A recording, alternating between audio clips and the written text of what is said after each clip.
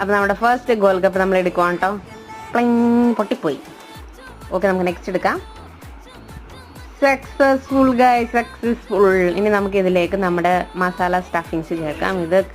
ഈ മസാല എന്ന് പറയുന്നത് സ്മാഷ്ഡ് ആയിട്ടുള്ള ബോയിൽഡ് പൊട്ടറ്റോ, ബ്ലാക്ക് ഗ്രാം ഡാൽസ്, അതായത് കടല, പിന്നെ മിക്സർ ചേർത്തിട്ടുണ്ട്. അതിൽ ചെറിയ മിക്സർ അല്ലെങ്കിൽ സേവ് നമുക്കതിൽ ചേർക്കാം.